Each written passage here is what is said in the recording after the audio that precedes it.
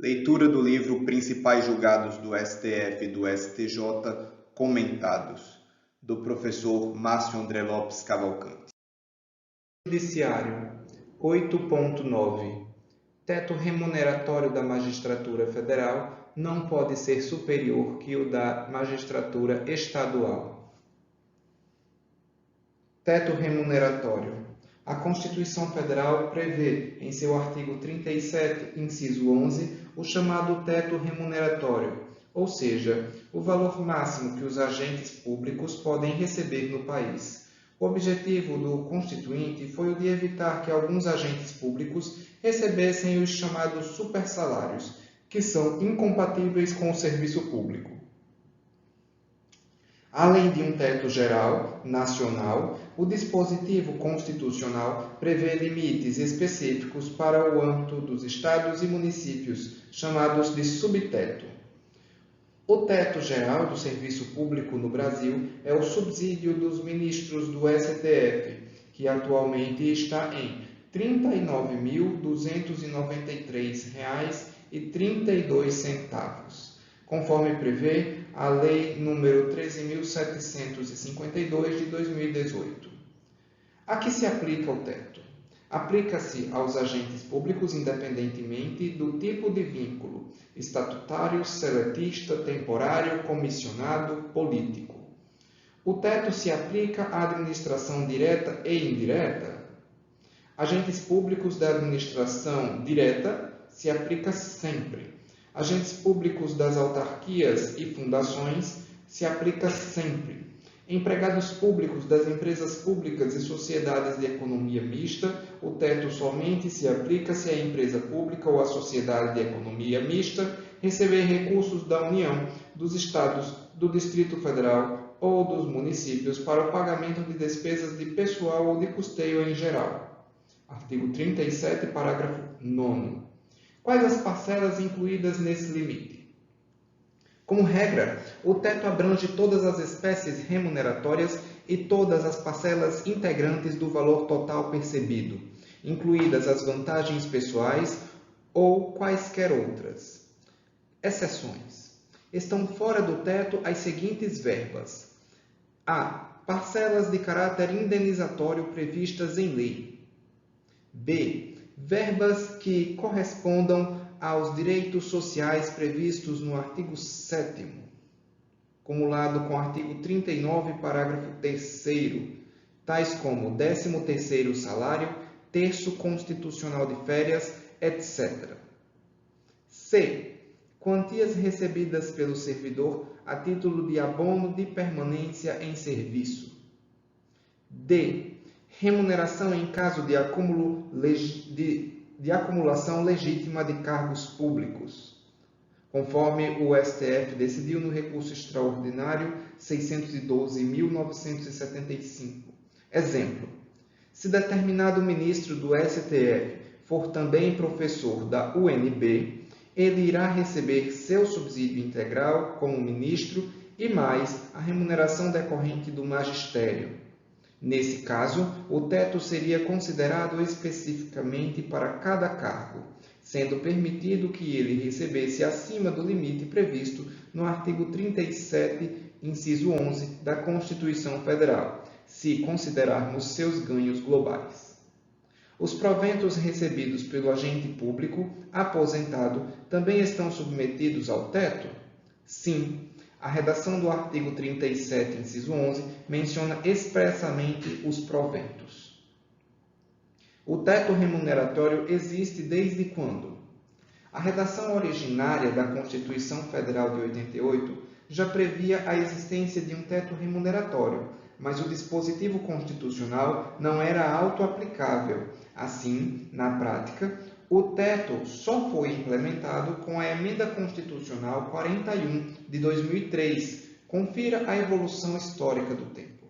A redação original previa que o inciso 11 do artigo 37, que cada ente da Federação deveria editar sua própria lei fixando o teto remuneratório dos servidores públicos. Na prática, o teto não era exigido porque, segundo a jurisprudência, o inciso 11 não era auto-aplicável, já que dependia de lei para produzir todos os seus efeitos.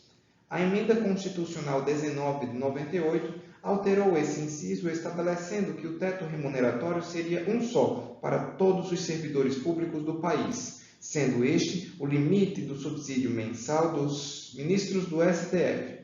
Na prática, o teto continuava não sendo exigido porque ainda não havia lei. A Emenda Constitucional 41 de 2003 alterou novamente o inciso 11, trazendo duas novidades importantes. 1. Passou a admitir que estados e municípios instituíssem subtetos estaduais e municipais. 2. Previu que, mesmo sem lei regulamentando, o teto remuneratório deveria ser imediatamente aplicado, utilizando-se como limite o valor da remuneração recebida, na época, pelo ministro do STF. Artigo 8 da Emenda Constitucional número 41 de 2003. Emenda Constitucional 45 de 2005 acrescentou o parágrafo 11 ao artigo 37, estabelecendo que estão fora do limite do teto as parcelas de caráter indenizatório previstas em lei. Dessa forma, na prática, o teto passou a vigorar no Brasil a partir da Emenda Constitucional 41 de 2003, que foi publicada em 31 de 12 de 2003. Isso porque, como vimos acima, essa emenda afirmou expressamente que, enquanto não houvesse lei regulamentando o inciso 11, o valor do teto seria a remuneração do ministro do STF na época. O primeiro valor do teto remuneratório foi de R$ 19.115,19, remuneração do ministro do STF naquele momento. O inciso 11 e o parágrafo 12º instituíram dois tetos para os membros do Poder Judiciário. Membros do Poder Judiciário da União, o teto seria o subsídio do ministro do STF. Já os membros do Poder Judiciário dos Estados, o teto seria 90,25% do subsídio dos ministros do STF. Seria uma espécie de subteto. ADI. Em 2007, a Associação dos Magistrados Brasileiros, AMB, ajuizou a ADI contra essa diferenciação, alegando que a instituição do subteto remuneratório para a magistratura estadual, em valor inferior ao da magistratura federal, viola diversos dispositivos da Constituição. Decisão liminar proferida em 2007. Ainda em 2007, o STF, por maioria, nos termos do voto do então relator César Peluso, deferiu a liminar pleiteada para dar interpretação conforme a Constituição ao artigo 37, inciso 11, alterado pela Emenda Constitucional 41 de 2003, e ao parágrafo 12º, alterado pela Emenda Constitucional 47 de 2005, da Constituição Federal, bem como para suspender a eficácia do artigo 2º da Resolução 13 de 2006 e artigo 1º, parágrafo único da Resolução 14 do CNJ, que regulamentavam esse subteto. A decisão final em 2020.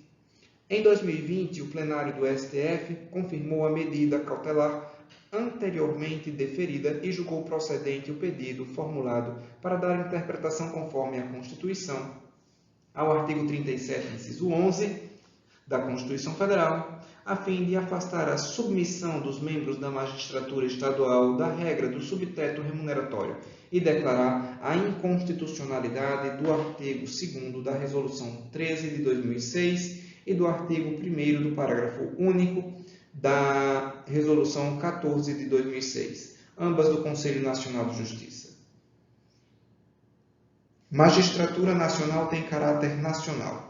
O caráter unitário da magistratura nacional, determinado pela Constituição Federal, sujeita todos os magistrados federais e estaduais, da Justiça Comum e da Justiça Especializada, a princípios e normas que devem ser idênticos para todos, de modo a preservar sua unidade sistêmica.